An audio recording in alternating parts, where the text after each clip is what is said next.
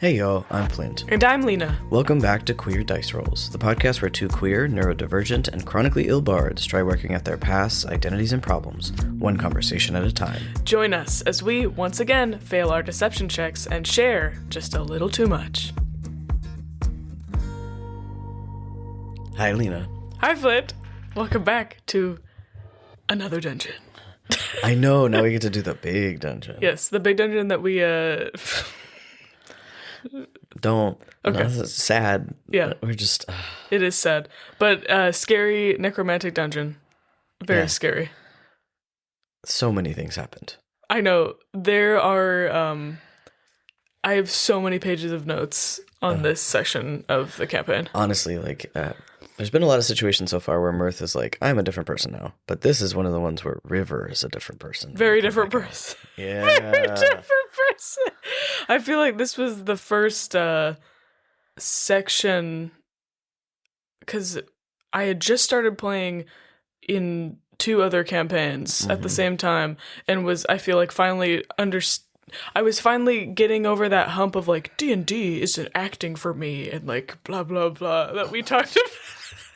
So sorry. That face was great. Thank you.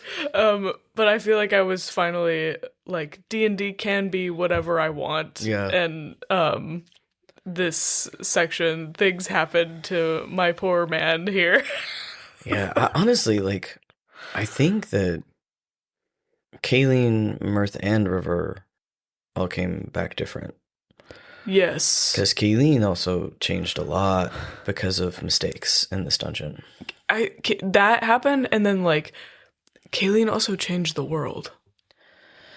Yeah. Like Kayleen has a big a very, I feel like, positive thing that happens and a lot of very negative thing. Like it's such a big swing for him. Yeah, I mean, this is like when we talked about how Kayleen was a mentor for Mirth magically and Mirth was a mentor for Kayleen socially.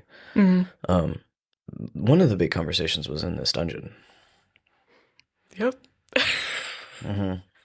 There's some juicy shit in here. Oh, yeah.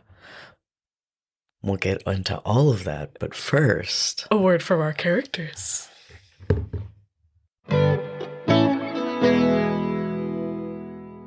Welcome to our newest segment, Corrections, where we correct anything that we, fucked up. Or forgot. Or forgot. Yes, thank you, Mirth. That's right. So, today we have corrections from our previous episode, and we're starting with you, Mirth. Note that Opteo didn't create Cholt or any landmasses on Abir.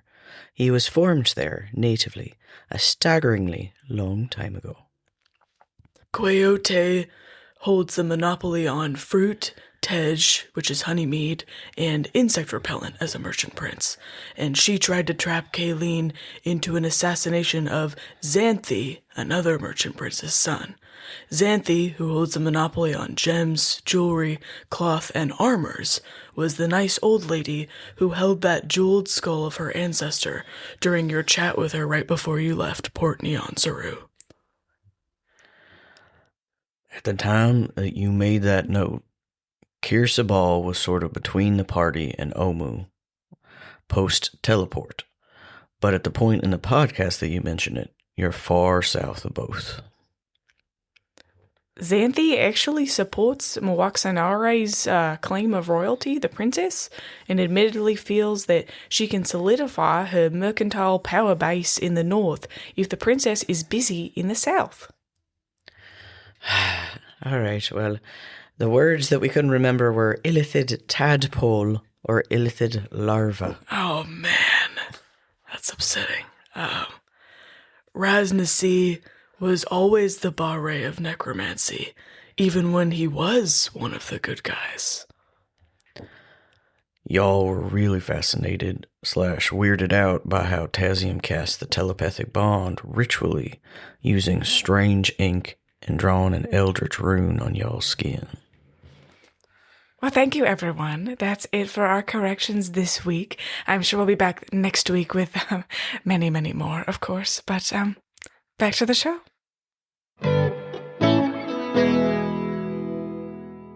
And we're back. We're back. Are you ready to enter the dungeon? I'm ready. I'm not. Well, first of all, we left with us being in marching order, as we call it. Yeah.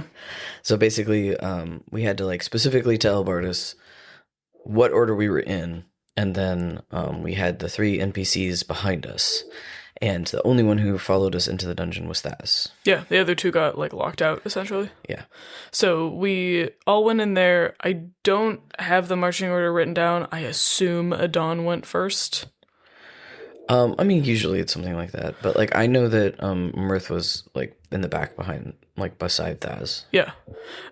So we walked in, and Bartis actually had the maps all saved, so I can kind of like tell you what they looked like. So the first level of this dungeon has a lot of mist. So it was I know, I like looked back at this and I was like, God damn it. And then we walked in and we couldn't see anything. Yeah, because it's all above too. So like you can't see up. When you look up, all you see is this mist, and it's like very unnatural looking. And so we at first were like, let's not fuck with that at all. And we fuck with it later. But there's a lot of jungle greenery and stuff still around. So a lot of it's not brick. It's like I feel like more of a terracotta type material for the stone. I always imagined it as like a gray stone, but like that. Sure. That's better. I don't think it was ever described. I imagined it very much like feeling like a cemetery. Yes, it's like a mausoleum. Yeah, like a jungle overlay on a mausoleum, kind of like very overgrown. So there were many rooms, lots of like 90-degree corners, so you couldn't see. There weren't like big open rooms, but all the walls, a lot of them were like cracked or broken away, and so you would either see mist outside of them or a bunch of plants or both. Yeah, think like video game level, but you could see between the halls, through the broken walls. But in the broken walls was that mist still. Yeah. So we couldn't just like go through the broken wall to the other hallway. We were like too scared of like what? For a short for minute. a time. We definitely try later. That's true. So the first thing we entered and went around a few corners in the hallway, and then it opened up into one of the like 3 larger rooms on this floor with some pillars. There's like a lot of pillars everywhere. Holding up into nothing, into the mist.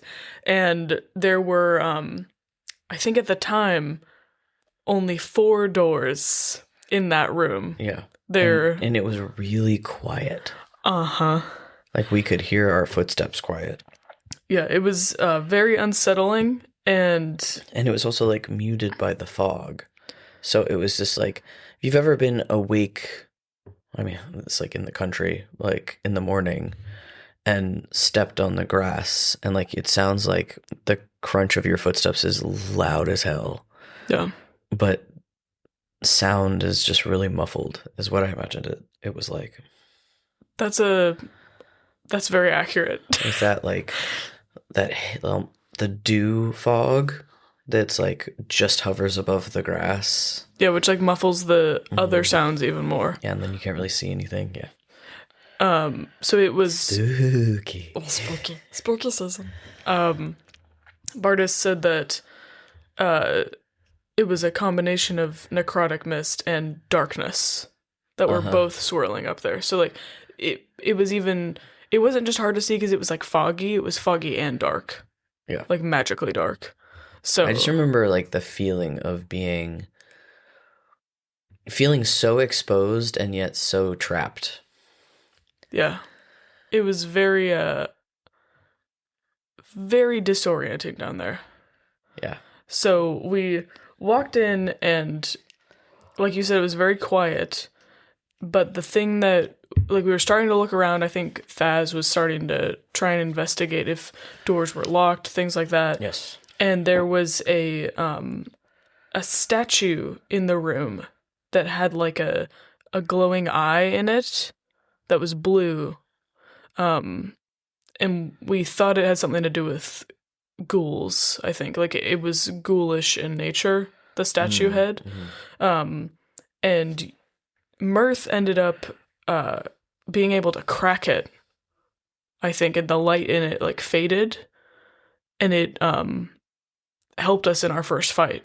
Because it essentially, like, I think damaged or killed a bunch of them before it even happened. Oh, interesting. I don't remember that. I didn't remember that either. Because the first fight we had was with, like, ghouls and a ghast. So many. And that was, like, I think it was right at the beginning of the fight that you did that.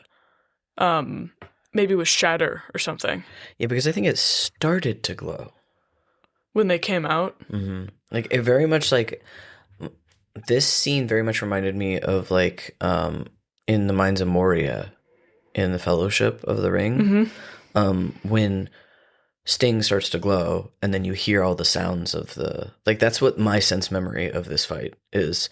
You hear all the sounds of, like, the goblins, right? But it's in this case, it's, like, ghouls and undead, and coming from down the halls and stuff. Yeah. And... So I think that's why I broke the statue. Yeah, it says that there were like 20 of them. There were so many. In this first...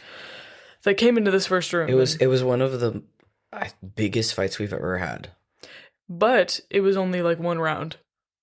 I know. Because you did that. And then, like, we had a bunch of AoE stuff. Mm-hmm. Area of effect. So, like, I did my...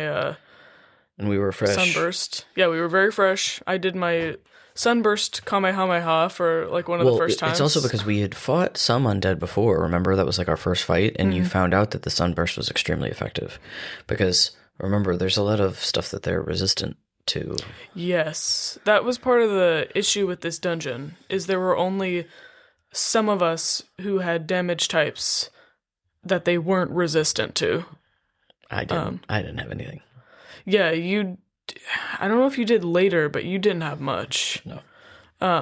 I just know that there was a room later that was full of, like, vampire spawn that, like, literally we just used my radiant damage and just, like, killed all of them. Yeah, because I mean, you and Zaid, basically, I think that's what you might be misremembering, is, like, this dungeon was fucking hard. It was hard. Because only you and Zaid could do anything to them.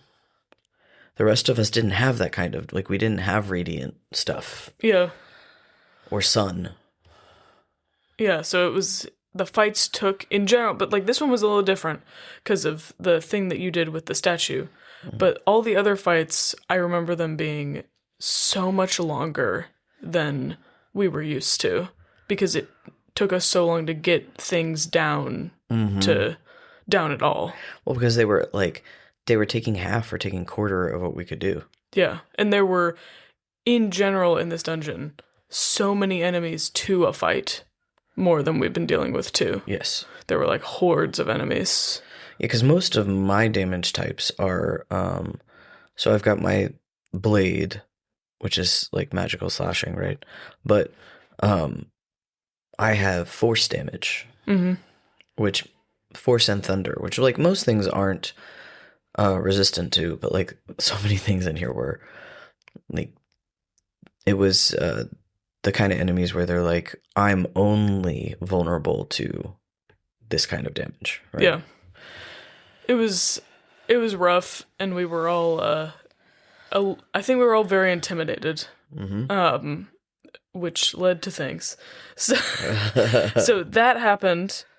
We killed them all in basically a round, because you were able to crack that statue. And then we went to the west, and there were, like, doors in, like, every direction. Yes. Which had a poison trap. One of the notes that Bardis sent was there were so many poison traps everywhere that River would just be able to go in and trigger and ignore all the damage.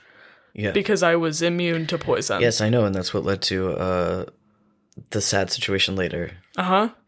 Because the whole time, Mirth, I know Mirth the whole time. Like, both Mirth and Thaz were like, Thaz needs to go. Like, he was scared. Thaz was scared. But he was like, I can go first. That's my job, right? Because he was the only one of us who could like find and disable traps. Like he had special tools and shit for it. Yeah.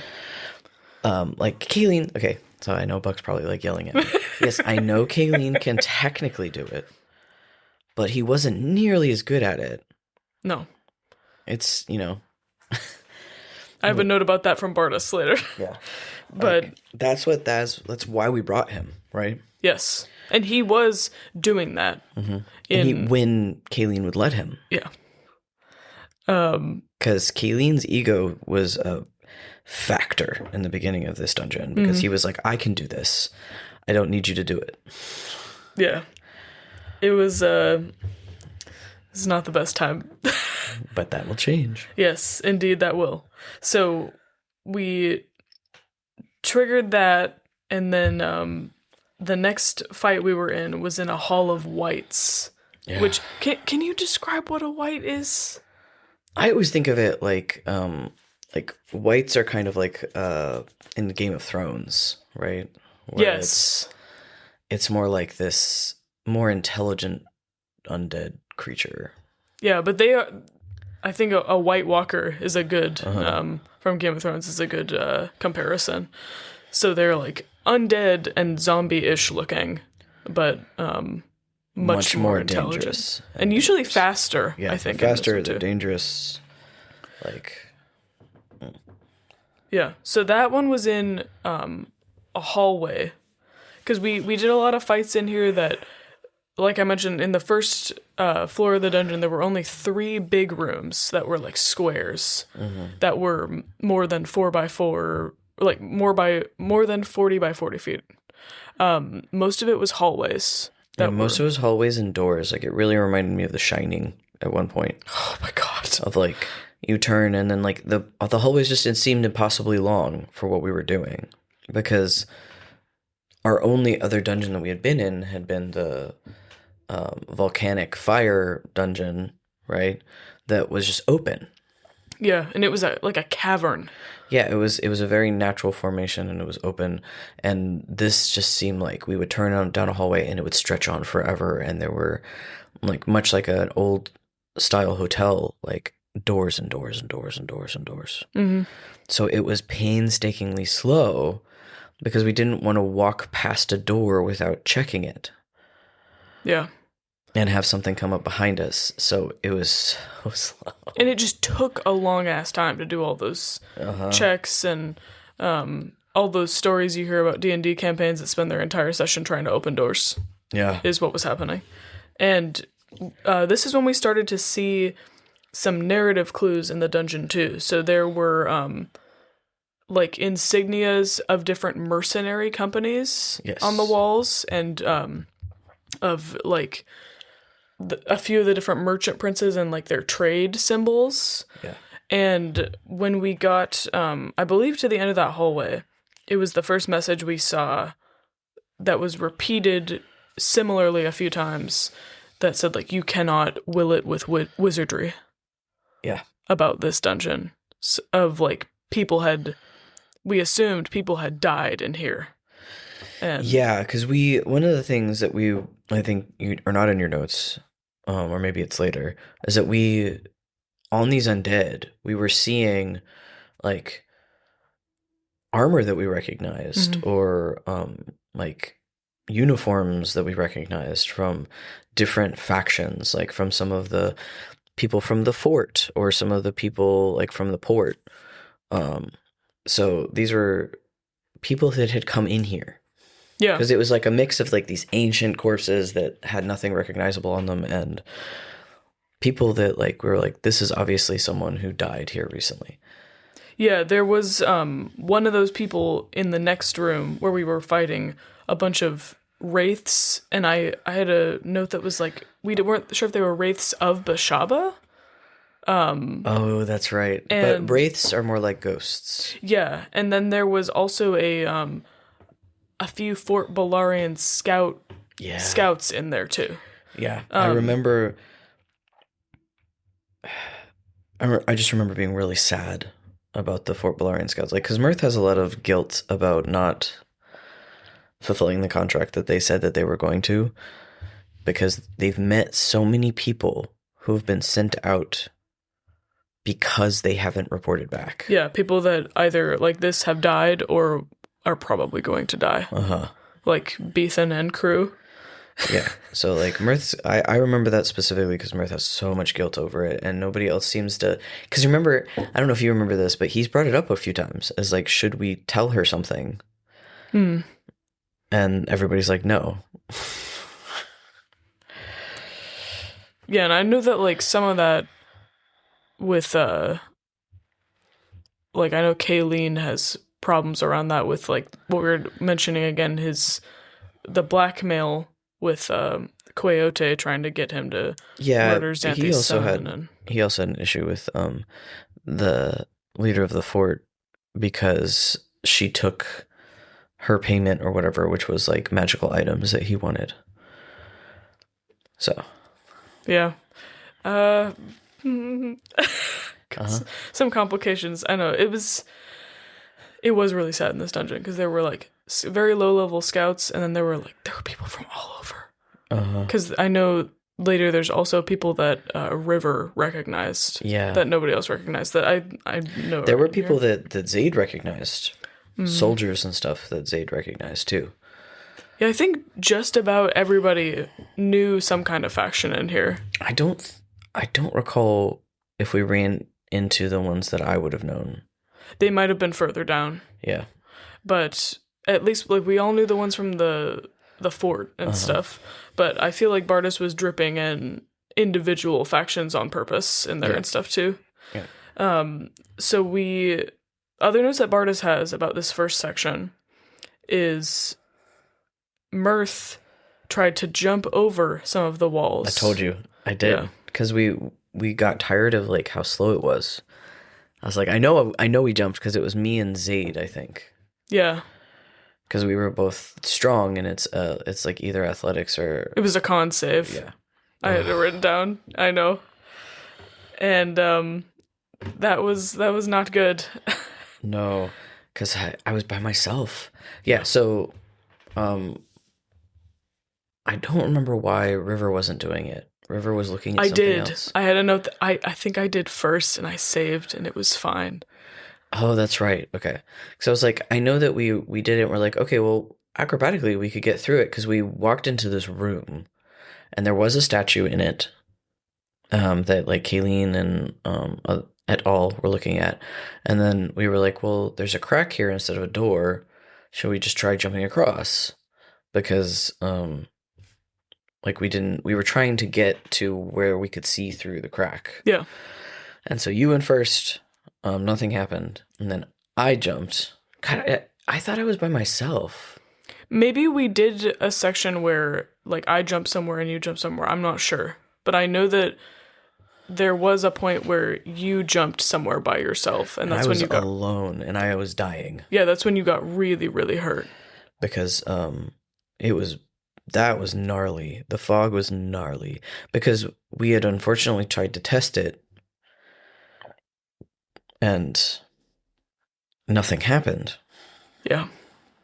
Because I think like we tried to either put limbs or put something, like Kayleen might have sent a baby up there, I'm not sure, but like... Yeah, but it didn't do anything. No, it only reacted to like if your whole person was in it. Yeah, it was I don't think you jumped with me. You might have jumped after. Yeah, some separate time I was okay jumping through it. But yeah, but like I remember when you got hurt. This time, like I distinctly remember everybody was looking at a statue, the room dead ended. We knew there were more enemies ahead down the hallway, and we were tired, and we were like, well, what if we just try to do this? And I jumped through,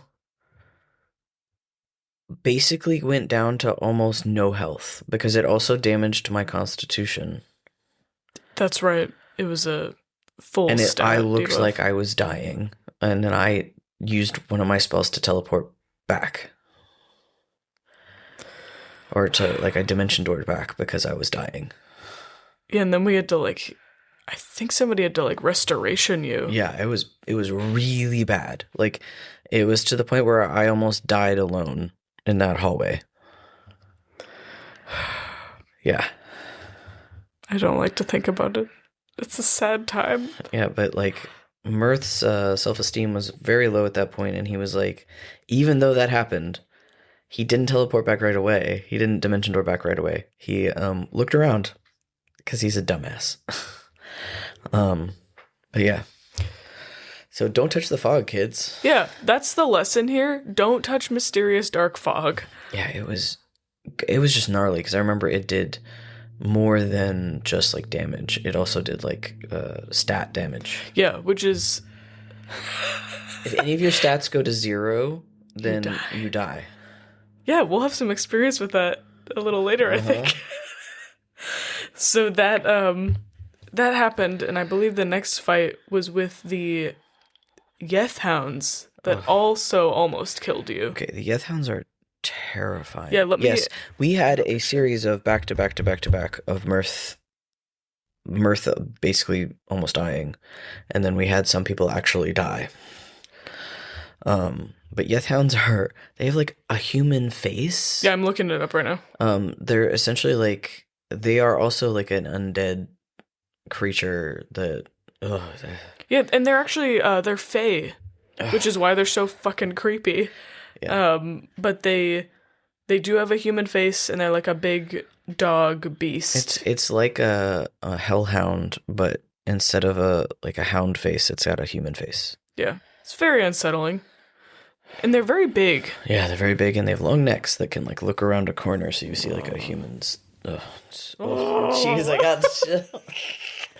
They're so creepy, and Bartis was so good at making this scary. This was a scary dungeon. Yeah, and the Yeth Hounds were with our first vampire. And if I remember, like, I'm just getting this now in my brain, I think he was pretty like talkative. Yes. He tried to be like all vampire sexy at us. And it did not work out well for him. It's like, dude, get different pets if you Yeah, we don't like these pets. I do have a note that I stunned him. I'm sure I tried 50 times to do that. So that was unfortunate. And then Zaid smited the shit out of him. Yep. That's what I was saying. You having like sun stuff and Zaid having like holy attacks was what got us through this dungeon. Yeah. And that fight got us to level 15. Oh, wow. Okay. That's how many fights we did. Like, but we have to sleep. Okay, so that's the thing, is like it's kind of house ruled, like depending on your GM. But like for us, when we leveled, we didn't just get everything right away. We had to sleep. Yeah, so that hadn't happened yet. We still had a few more things that first day. So there was the really long straight hallway where Zaid ended up doing Gust of Wind with a bunch of whites, and that was like the only other time in the campaign River got to use his catching arrow and throwing it back in your face ability. But we talked about that, like, God, maybe 6 or 7 episodes ago. I think when Z was on here talking about the Gust of Wind in that hallway, because everybody got dogpiled at the end of the hallway. Yes, we did. That was a really fun fight. That being fun. Because you were just dancing through the wind tunnel and hitting stuff. It was great. And that hallway was... I'm pretty sure this is also where I had to use the counter charm ability to give you guys... Because, like, I think the whites could possess us. I think so. So there was a wisdom save that was very important. So I just remember being really frustrated because I was just dancing to do the counter charm stuff. Yeah. And so, like, that's honestly one of the things I remember about, or at least remember feeling in this dungeon, was, like you were saying, me and Zaid were, like, the only ones that could do, like, extremely effective damage, but you got to use a lot of abilities you hadn't been able to use much before that were extremely important. Yeah, like I was definitely, instead of controlling, I was buffing. Yes. You and Kayleen were like, because Kayleen was constantly casting like haste on me. Yeah, and haste and then like some other buffs. Mm-hmm. And using his infusions for people when normally he would use it for him. Like, but I himself. also had to stay back, but there was no real back. was the No. problem too. That was a big problem, especially when we did fights with creatures with reach or with. Should we talk about how Thaz can fight? Yes. Oh, Oh my god! geez. Thank you. Okay. So Thank you. he's a soul knife. So because he had that psionic damage from the Illithid tadpole. So not only was he awesome with like finding traps and disarming things and he wasn't a sneaky rogue, which was really cool. He had this ability because all of his knives were produced with psionic energy.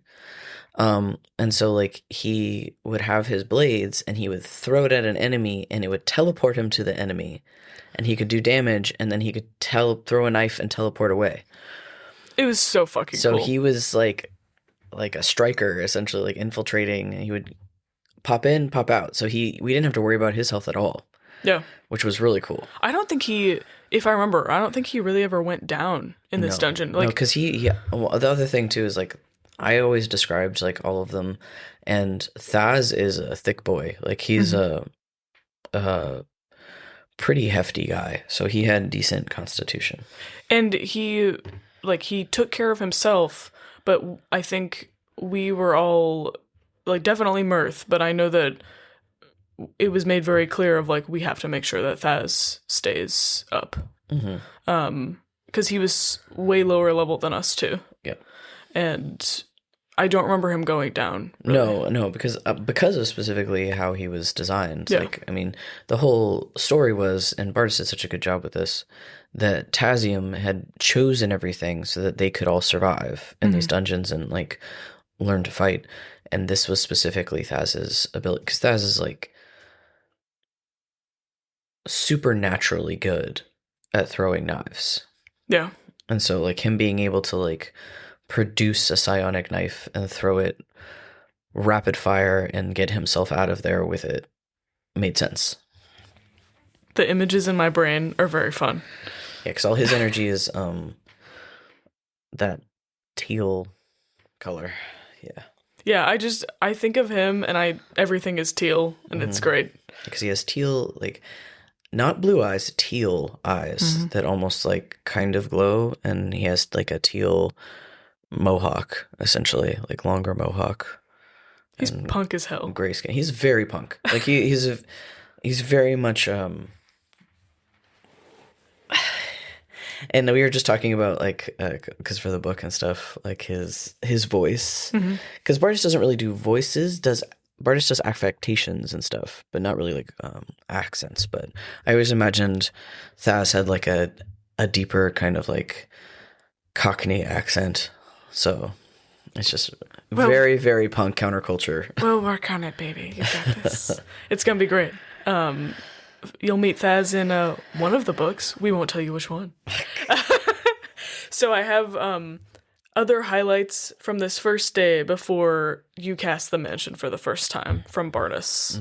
So Kayleen, as you mentioned, Kayleen and Thaz were in an arcane lockpicking / trap disarming competition, which was of Kayleen's making. Yes. So that was happening. Kayleen did solve a secret tunnel lock I remember that. by moving a statue out of the way and repositioning it, right? yes, and moved it into the somatic component of the knock spell, and that opened it, which is like super cool. Yeah. The knock spell unlocks anything, essentially, up to a point. Yeah, it's up to a crazy level of spell, probably. You'd have to roll something different. There was a room, like you were saying, full of sword wraiths that looked like a lot of different groups. So there were some pirates, some gnomes for Kayleen in some really advanced looking armor. Oh, that's right. Like they were like lantern. Yeah, like lantern people. Yeah. Some hand-to-hand fighters that wore robes like River first showed up in. Yes, those guys were hard. Yeah. Because they were all monks. Yeah. Oh, they sucked. And yeah, so fighting monks, no fun. Being a monk? Super fun. Highly recommend. I have 2 monk characters. Yes, you do. My first 2. And then there was the room with the collapsing ceiling trap that we disarmed. Oh, shit. I did not remember that at all. Do you remember this room? Because we disarmed it so it didn't hurt us. No, but like this was when my stress brain was like, because this is Mirth's almost died like 3 times at this point in the first day, and we're all he has left is the mansion. Yes, he saved that spell slot. Because I always saved it. Like he always saved a safe place for them to be. Because he can ritually cast the dome in like emergencies, but he always saved that 1/7 level spell just in case and that's all I remember. That's all I had left. Yeah, we had used everything because I don't even think we'd been able to take a short rest. No. We were all just absolutely out of shit. And then, right before you cast it, we saw a bone claw. And we immediately just went into the mansion, and that was it. Because we were... Oh, Jesus. That's right, because, like, I was casting it, and we were talking about whether or not we wanted to keep going, and we saw this... Do you remember how to describe it? I just remember how I felt. Like, I was just scared as shit. So, a bone claw is a half-skeletal undead with razor-sharp 20-foot-long claws. So 20-foot long? I think you mean that it has, like, a 20-foot reach. Sure. But, like... But they're, like... Essentially, it's, like, their claws are, like, the length of your femur. Yeah, and they themselves are about 8 feet tall, usually. They're just huge. So, like, it's got 20-foot reach, I think. Yeah, and they apparently weigh 300 pounds, which is crazy. I'm not shocked. They're fucking huge. Yeah, they're super scary, and... But it was looking over the top of the wall. Do you remember? Yeah, because we could see its bone, like its bone hands, and it was watching us over the top of the wall. And I was like, no. Nope, goodbye. But it looked intelligent. Like, I remember that, like, Keelan rolled to see what it was and all that kind of stuff. And we figured out that it was intelligent. Like, it looked intelligent. So we knew when we came back out that we were going to have to fight. Yeah, that it was going to probably wait. Right. Because, like, I could close the door, which I did. And they can't, like, get in unless they have some magical means of trying to manipulate stuff like a Thayan. But that was when we started watches, I think. Yeah. In the barn. Yeah, you're correct. And that's when I installed the, so Mirth updated it and put an alarm in everybody's room. And you could, specifically, if you were on watch, he put it kind of like, I imagine, like hotel buttons. Yeah. He could specifically ring somebody, like an individual person in their room, and a bell would ring, or you could ring everyone and wake, like, it's basically alarms. Like, he used his knowledge of, like, the alarm spell that Kalian had been. I always made sure that it was connected to something that he'd seen before, but he used his knowledge of the alarm spell to, like, make alarms for everybody, for whoever was on watch by the door in the barn. Yeah. And so we, like, took our turns doing that, but there was also, like, a fair bit of RP in the mansion that night. Oh, yeah. I know we played, this is the first time we played the game, What the Fuck Is Up With That? Yes, it is. A la CR. Yeah, do you have all your notes? I have some, yeah. I have as many notes as I have. So I have notes that River and Mirth did some fighting. We did some, like, tail tag fighting. Yeah. To try and blow off some steam.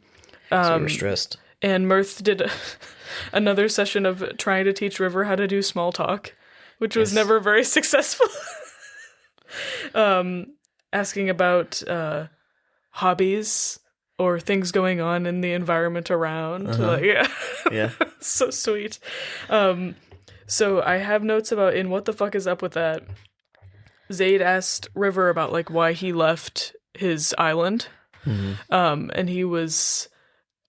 I don't think he explained the whole thing, but essentially, I think he did tell them that he had, like, a rival, essentially, in, like, he was in, it wasn't an academy, but it was just, like, a, kind of more like a boarding school situation, I guess, where you would go there to learn how to be a specific kind of monk, and there was, like, the Dawn Warrior led the island and was the best at what he did and stuff. And so he had this rival who essentially got him blackmailed to leave the island. Yeah. And because River was like the apprentice to the Dawn Warrior. Because he was jealous. Sun Li. Yeah, Sun Li was jealous of him. And so the Dawn Warrior was like, maybe you should just leave for a while and then maybe you can come back. Yeah. The Dawn Warrior wasn't mad about it. He was just like, let's let this blow over and you can come back. Yeah. And someone asked Dawn about why she didn't want to be in the Underdark anymore. Uh-huh. And she said there were a lot of people there that were upset with her. And they were trying to kill somebody close to her. Uh-huh. I was like, well, because I remember Mirth being like, well, are they safe? Mm-hmm. And, or is this person safe? And she was like, yeah, I made sure they were safe. I saw them off on a boat before I met you. And that's all we know right now. That's all we know. And then I asked Kayleen about what was up with all of his babies being in his head that we could hear that day. And he talked about the compartmentalization of his different, like, all their personalities and minds, and how he's, like, holding 13, essentially, in his head, including himself. And they've all bonded with his soul and have part of his soul essence in them, and that's why we can hear them. Yep. Which is super fucking cool. Also terrifying, because if one of them dies, what does that mean? That was Mirth's follow-up question. Then I know that Zayd and River talked about, because River didn't know about Timora and Bashaba being the two halves of Tyche, the goddess. Yeah, that's when we found out about that. I remember that. Mm-hmm. And Zayd also apparently gave him some luck training.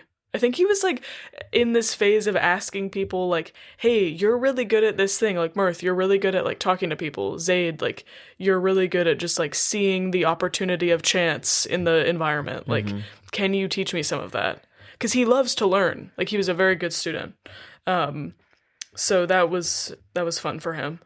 And those are all the notes I had about what the fuck is up with that. Are you serious? Yeah. Maybe it was because I was, like... Sometimes, I know in this phase, I don't take notes if I am really involved in a conversation. I know you asked Mirth something. I did. And I don't know what it is. I know. I'm trying to... So sad. Maybe Bartis will remember. Because he only sent me notes about the dungeon. So I feel like somebody will remember something. Because I know that River definitely asked Mirth something. And my inkling is that it's... Well, I also know Thaz participated, and Thaz asked something because they fought. Do you not remember? Oh my god, they did fight! And they, like... We got into a fight. It was a big fight. Yeah, me and Thaz got into a big fight, and Thaz said something real mean. And then Mirth said something catty back. And then we had that conversation where he was up, like, Thaz had, like, teleported himself up into one of the trees. Yeah, and Mirth went up there and they, like... I remember them sitting in the tree and talking. Well, I remember, like... I just remember talking to him at the bottom of the tree. Oh, really? Uh-huh. And then he came down and talked to me. Okay. Yeah, I think I must have been super involved in, like, what was going on. I'm really sad. To be honest, like... I know, meta... What was going on in my life during this session was really not good. So I know, but I would have thought that you would have had that. I did too. Especially given the other notes that you had. I don't know if, like, maybe I have it on another page or something. If I find it, I'll fill it in. But I feel like somebody will remember. I think that River would have asked Mirth something about core. But I'm not sure. Like, at the time, I think he would have been... Yeah, guys, if you remember, please tell me, because I remember it being... We were mean. I remember you and Thaz were definitely mean to each other. Yeah, because there were a lot of... Like we said last time, Thaz was being kind of a dick to River the whole time. And pretending like he didn't care, and a whole bunch of other stuff. Did he ask if we were dating? No. He, like, did something like I don't remember. Like, it wasn't something that forward. Yeah. But, like... So, Mirth was confused, but also, like... At this point, I think Adon had talked to Mirth quite a bit about his worth, Mm-hmm. and that Mirth had described to Adon what the way Thas had treated him, right, with bringing like different women back and all of those things, and she was like, "You deserve better than that. You don't deserve to be treated that way. Like somebody should, if they love you, they should love you, right?" It was really good conversation. I for remember him. that. And so like essentially, I remember Mirth being like, "What gives you the right to be jealous?" At this point, because he like still really loves him, but he's just like, you don't even like me. Yeah, you're not showing me that you like me with your actions. Well, no, he wasn't that mature about it, but he was like, you don't even find me attractive. Like, what is your problem? Um, so it was something to that effect, and like essentially why Thaz ran away was like the insinuation that he didn't care about Mirth was really upsetting to him, as I remember that, because I wrote like a little bit of a short story after that of uh I think it was like the first time they kissed. Um Real healthy. That's how it happens, though. I know, right? But yeah. Maybe like we'll have to look later. I wonder if you have any notes about it in your notebook. I mean, I don't have a lot of notes, unfortunately, but I know it's really interesting. I know I can't explain the. I mean, I know I wasn't like the best note taker yet, which is upsetting for me. But Actually, it's not the first time they kissed. wait, it's. Did you forget? No, I'm remembering it right now. Okay. So I told you I forgot. All right, so let's spill some tea. Yeah, let's spill some fucking tea. So one of the reasons this is so complicated and difficult for Mirth is the environment they're in right now. So I told you this is where they would have like their holiday, like their winter holiday and all of that stuff. And it was always really amazing, like memories, amazing time. Everybody always had a great time. But the year that Thaz found out why Mirth wore his armor everywhere and dressed up like a person, like a human. Yeah. He commissioned the bandolier that Mirth wears that's got his like initials on it and all of the throwing knives, because he found out what happened to Mirth in the tiny town, and he never wanted him to feel unsafe and be unarmed, and so he gave that to him one year. And I wrote it in the short story I wrote called Traditions. And it was at like essentially Yuletide, and Thaz was so nervous to give it to him that he drank far more than he normally does, and he got really drunk. And when he gave it to him, he made out with Mirth on the side of the barn outside. And Mirth was delighted and told like Weonvi and Ray Ray about it, and was like, I think he finally like really likes me, and they were both so happy for him. And then the next day, it seemed like Thaz forgot, like he blacked out and didn't remember it happening. Yeah, It's so upsetting. it's so sad. Except, spoilers, Thaz remembers. Thaz, no. Yeah, and he thinks that he took advantage of Mirth, and Like the antithesis of his present.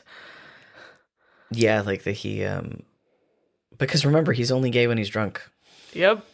Healthy. Can't have those feelings. Nope. But yeah. So being in that environment with Thaz was really hard for Mirth, and I think that's part of why they were fighting. Do you remember if they slept in both in the same Thaz caravan? refused to have his own caravan. He was like, my caravan is your caravan. And so when Thaz was staying with them, he didn't have the memory room. that makes so much sense, because I was like, wow, when I was reading through all my notes, I was like, I don't have any notes about like River and Mirth working on memories. Yeah, because he made their caravan with their stuff in it, just cleaner. And they had the 2 beds and everything. 2 beds, yeah. Oh man. Well, yeah. Juicy. Uh-huh. That's why I'm like, I can't believe we can't remember what he asked. I know. I think, please, Dragon Stunners, one of you I'm sure will remember something. Have pity on me for having horrible memory problems at this horrible time. I'm sure if I dig through my writing, I might be able to find you know what? Find something. I know what we can do. What? Somebody will probably remember something, and then if we do, we can submit our own corrections. So that'll be fun. You can make me read it if you want, but we can submit our own corrections about this if we figure it out. So I'm sure we'll be able to find something, especially you were writing a lot around this time about Mirth and Thaz's like backstory. I remember. Yeah, so I do have a short story where there was the memory room with Thaz, which is really interesting. Yeah. Do you hear that, audience? If you want to read any part of that, well, subscribe to our channel.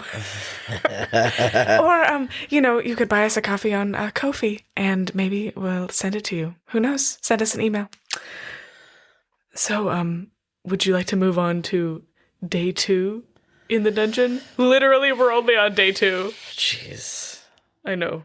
I don't know how to explain that we were only in there for a few days. But it was months. It was months of gameplay. Like, it was crazy, because the fights take so long. That's right. Okay. He's finding all these nuggets. I am. I'm finding a whole bunch of stuff that was like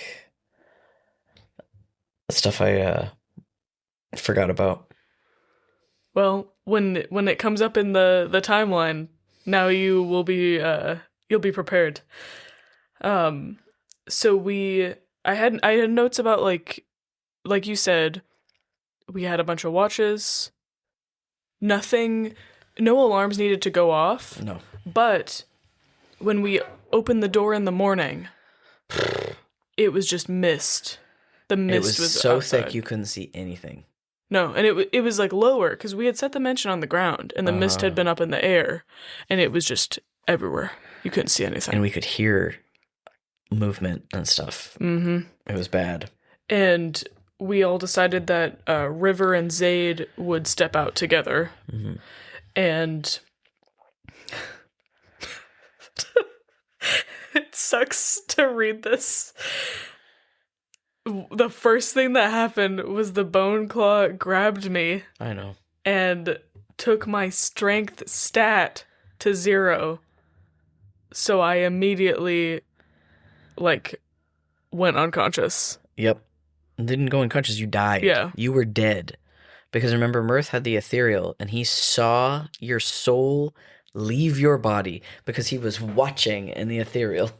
Oh, it was horrible. And I think Kayleen also had he had true sight. Because he had a true sight infusion that he could use. So we could see through the fog because of it. But I remember watching, the bone claw grabbed you, and I watched your soul leave your body. And then Papa Zottle took your body over.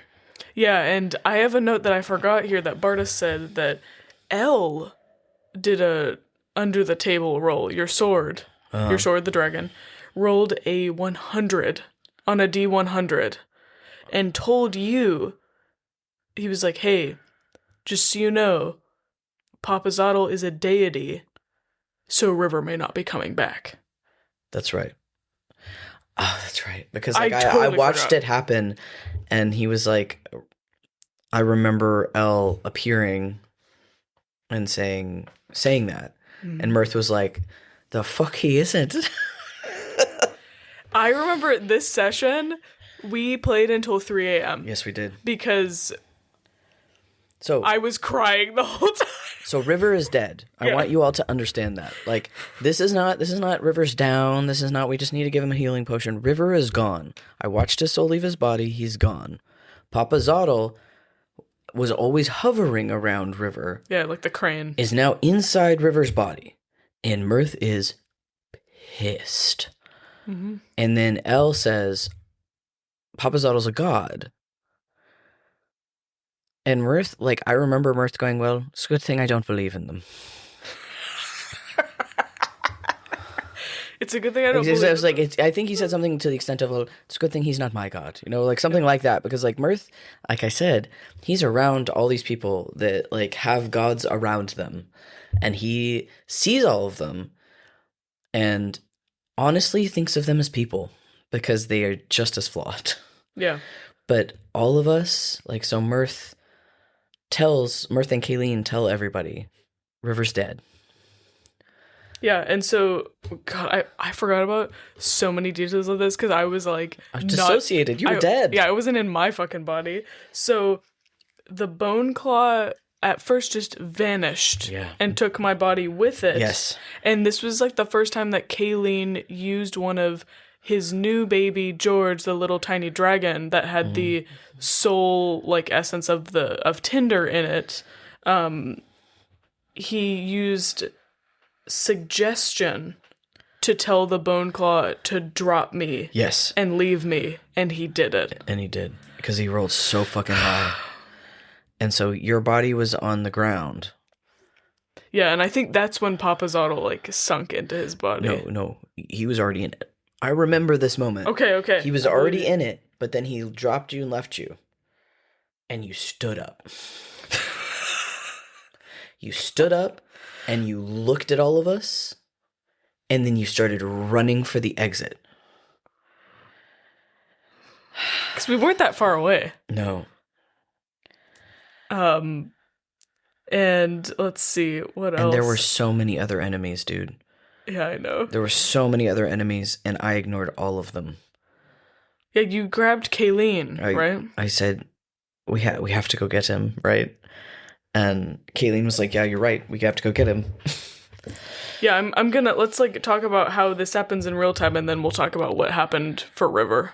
Because things happened for him. So everybody else is walking out of the mansion, starting to fight. Including, like, because we could only see, like, a few feet around us, so we were all together.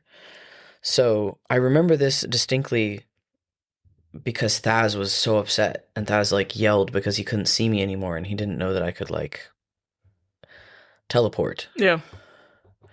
So what I did was, and this was a gamble, I guessed that you were heading for the exit. Yeah, it says that you did you got a really high check to, like, try and guess, essentially. I grabbed Kayleen, I tried to do the calculations in my head of where the exit was, and I picked a spot to land and guard the door. Knowing what Ella just told me, that you're a god. Mm-hmm. This is a god now, wearing River's body. And we landed in front of him just because River's fucking fast, y'all. He's so fast. There was no way we were going to catch him. So I tried to, like, block the door. I remember this part of the map. I know. And it was, like, in a little bend. And so, like, we landed. Mirtha's standing in front of Kayleen. Because Kayleen, I think, can share a space. Yeah. I can't remember. Because he's small. And then Papa Zotto comes around the corner. And something, like, because all these memories that we've been kicking up, right? And all the practice he's been doing with River. And he sinks his sword, distorting reality. Like, he turns L tip down, dips it into the ground, and it almost is like, it parts like water and, like, ripples. And he says a word in Celestial that he didn't know he knew. And he does Power Word Stun for the first time. 8th level spell. Power Word Stun, and stuns him just long enough for Kayleen to go in And he did something in his mind. Yeah, I'll get to it. Oh. But like Kayleen did something really important, and then you guys were essentially able to like yeet Papazotl. Like River helped you obviously because he had to like come back, right? So like Kayleen helped him, and essentially we were able to yeet him out of River's body together. But I think he healed you. Like he did something. I can't quite remember, but like. I've got as many notes as I have on it that we'll go over. But I will say one of my... I've told you this like 5 times in the past few weeks because it's one of my favorite Mirth quotes here happened. Because you said the thing in Celestial, but then you also said, please come back. I know you're stronger than him. He's just a fuck nozzle. That's right. Mirth was so upset. Like, he's such a mix of like endearing sweetheart and like terrifying at this point, because he like casts that thing and then he walked up to River and like held his face and was like, please come back. Please come back. He's just a fuck nozzle. Please come back. I know. It was I was crying. I was like I was crying for hours. I had such a horrible headache. Because you have to understand, this is all happening in the fight, right? We're happening in fight time. So like Kayleen and I are in like a certain order or whatever. So at this point, we've teleported and Mirtha stunned him. Kayleen hasn't quite done his thing. Back in the cavern. Yeah, back in the cavern of River's body? Or no, in the cavern of the fight. Man. They have the Bone Claw and what other enemies? I don't remember. I know that there were at least 2. Like, they were big things. Yes.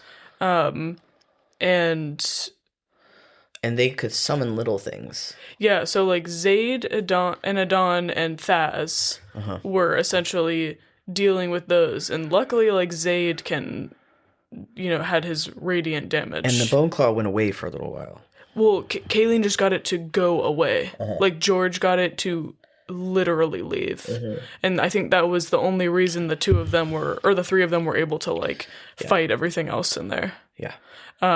So they were successful. Like, by the time we got back, we were able to, like, deal with our shit, essentially.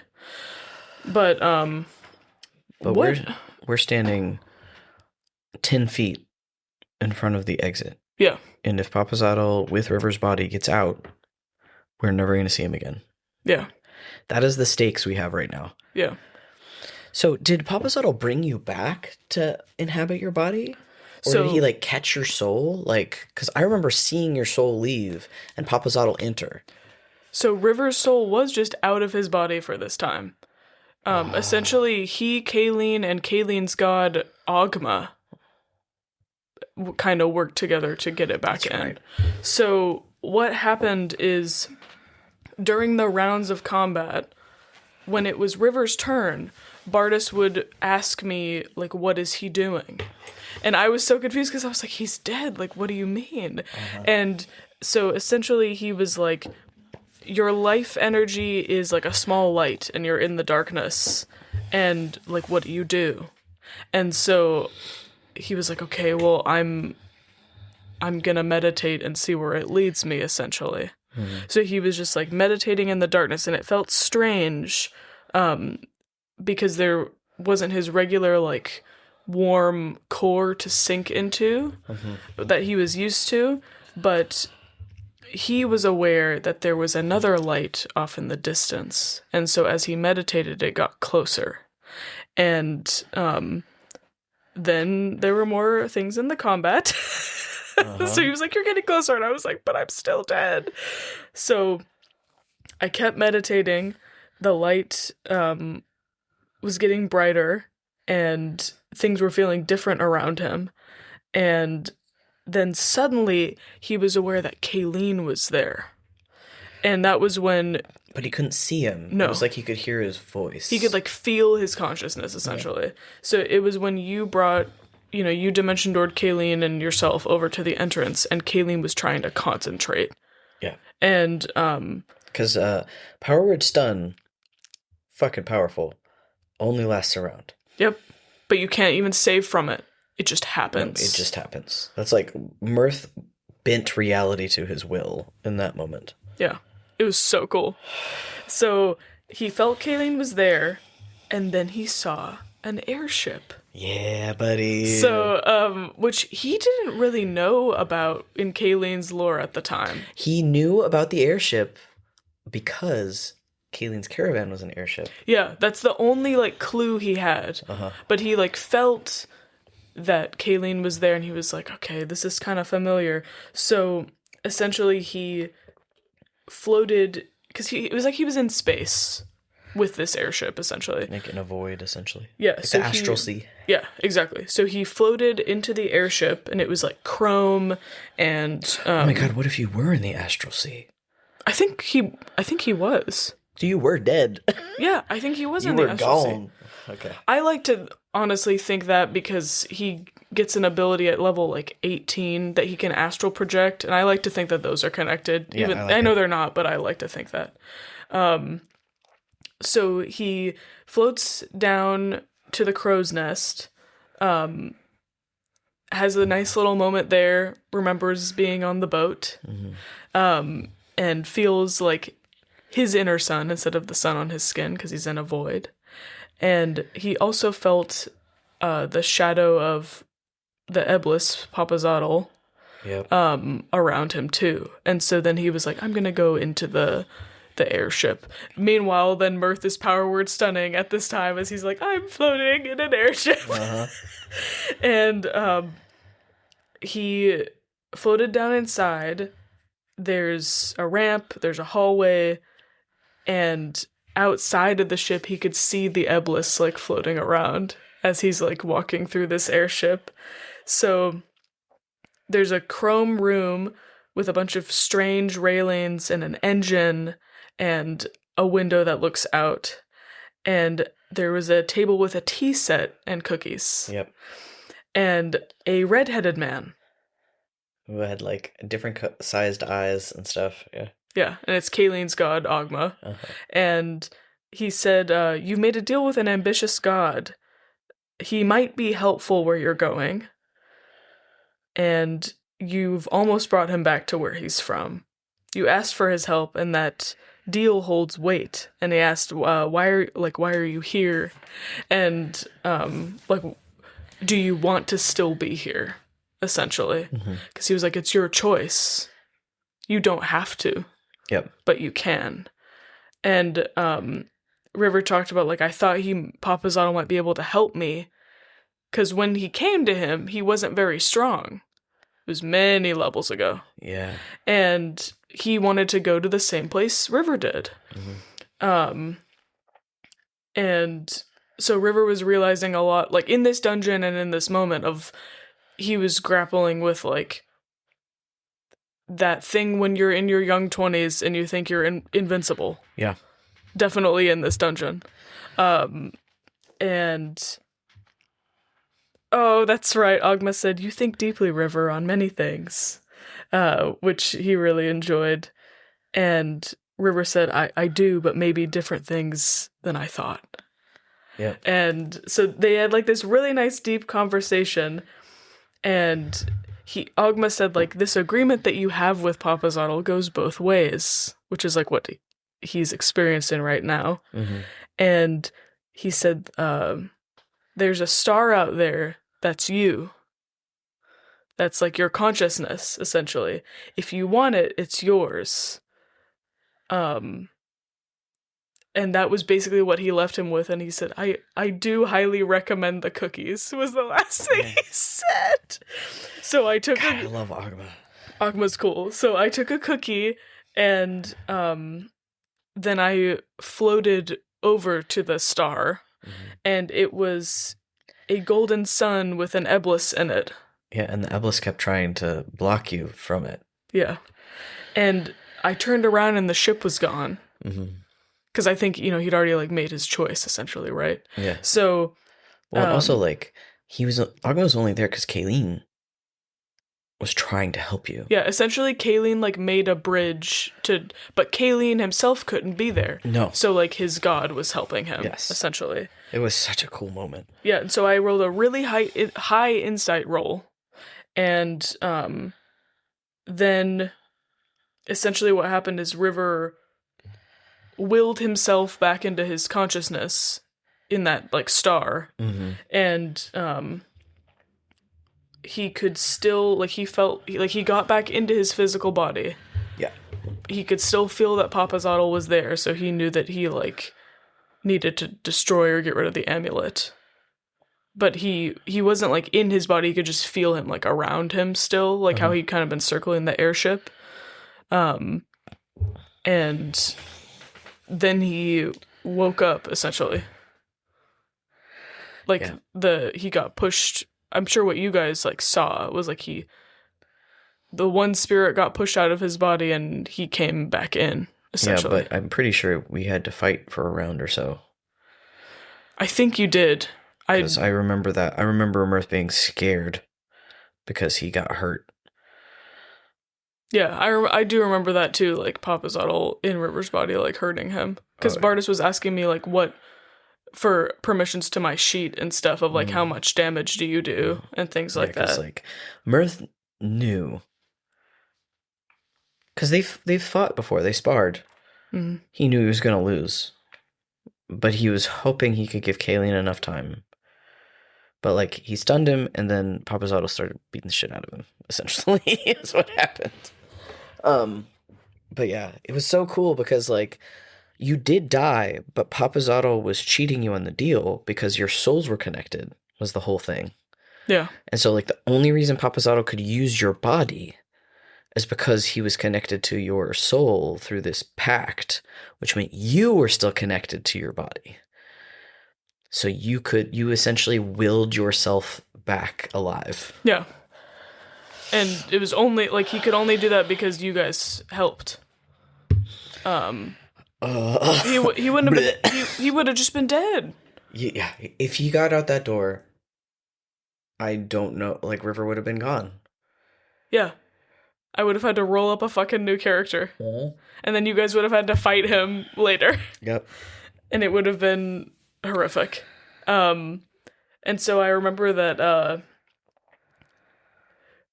River unattuned from the amulet. Yeah, he took the amulet off, and I remember Mirth hugging him and being like, don't ever do something like that ever fucking again. Yeah, I think he put it in, like, Kayleen's bag of holding or something. But I remember him taking it off. Oh, I do have, there are my notes about the fight. So Adon and Zayd and Thaz were fighting, they were, like, ethereal skeletal hands that had, Yeah. that gift box. Yeah. That's they gave us right. the gift box at the end of the fight. Yeah.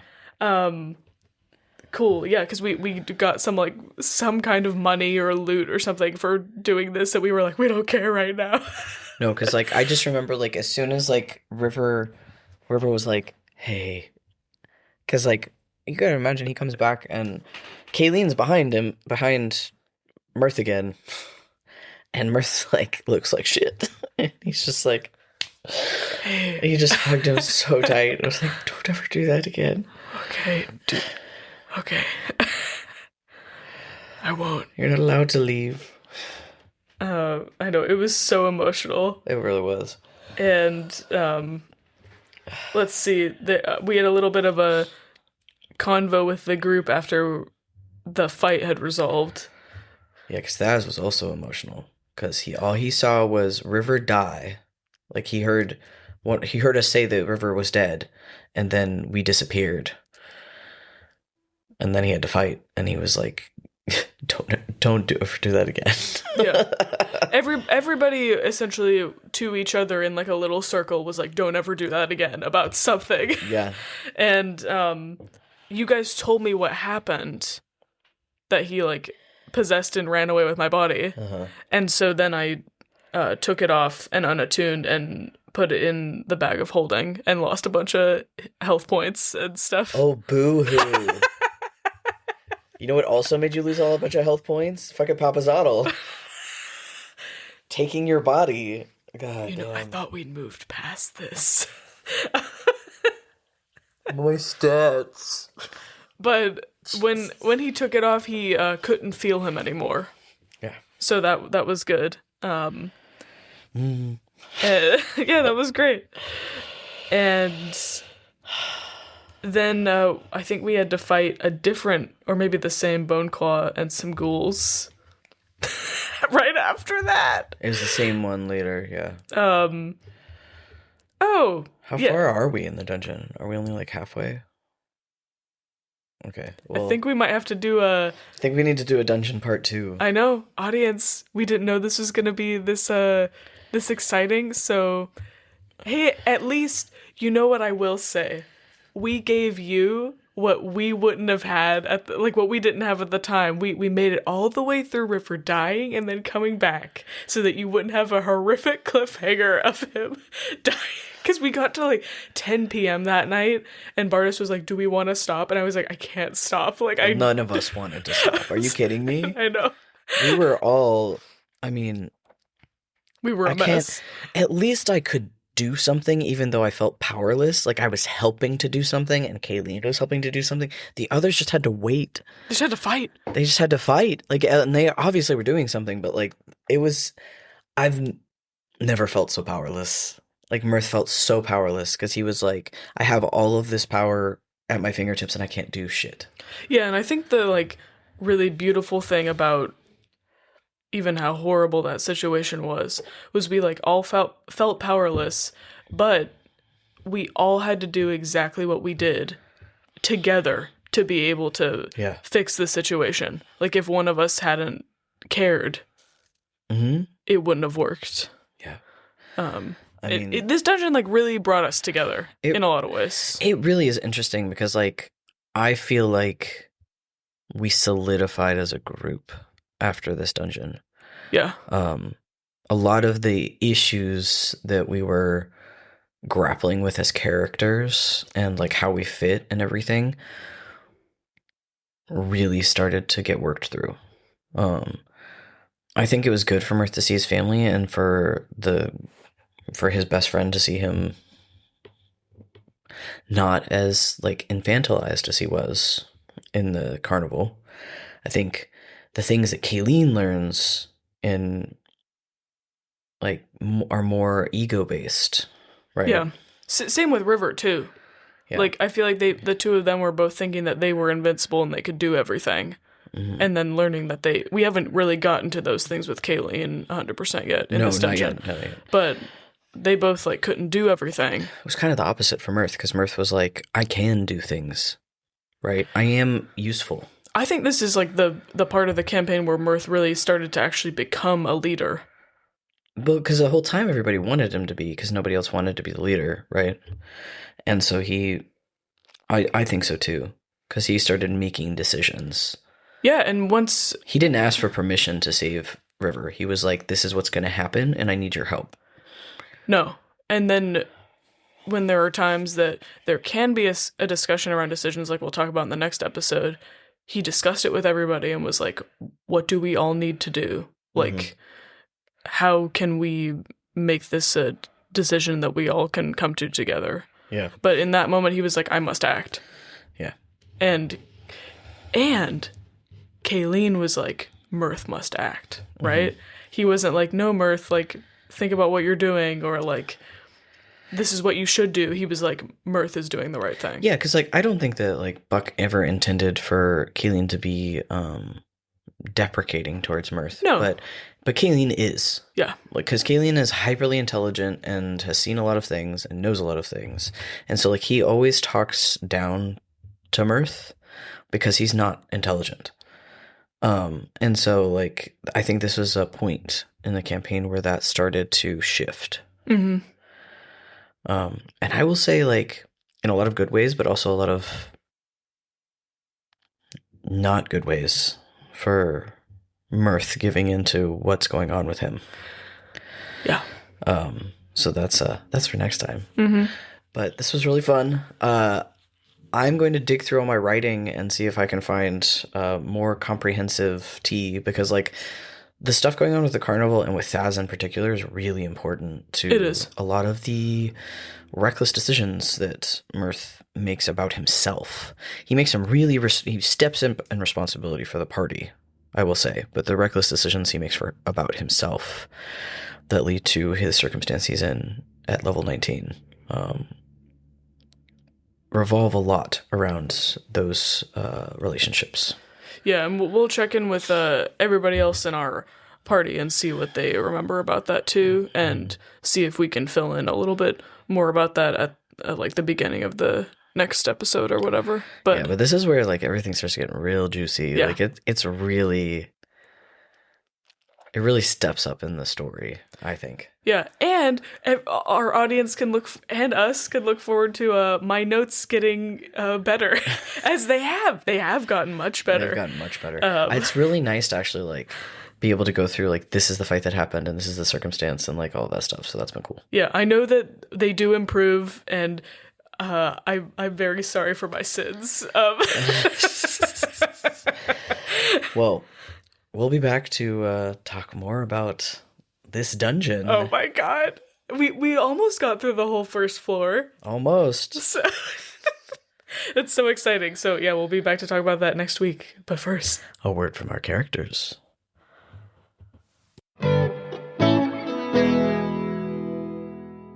Love this show? Of course you do. Want to learn more? I mean, who wouldn't?